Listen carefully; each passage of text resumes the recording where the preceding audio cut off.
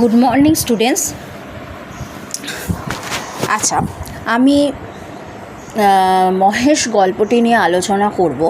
আজকে দেখো, শরৎচন্দ্র চট্টোপাধ্যায়ের মহেশ, এই মহেশ গল্প কিন্তু 3টে পরিচ্ছেদে। এই মহেশ গল্পটি শরৎচন্দ্র চট্টোপাধ্যায়ের রচিত। এটি তোমাদের পিএসসি সিলেবাসেও আছে, এছাড়াও কিন্তু তোমাদের দ্বাদশ শ্রেণীতে মহেশ গল্প আছে। আজকে প্রথম পরিচ্ছেদ নিয়ে আলোচনা করব। গল্পর 3টে পরিচ্ছেদের প্রথম পরিচ্ছেদের আলোচনা ও প্রশ্নোত্তর পর্ব। দেখো, প্রথম পরিচ্ছেদ প্রশ্নোত্তর পর্ব।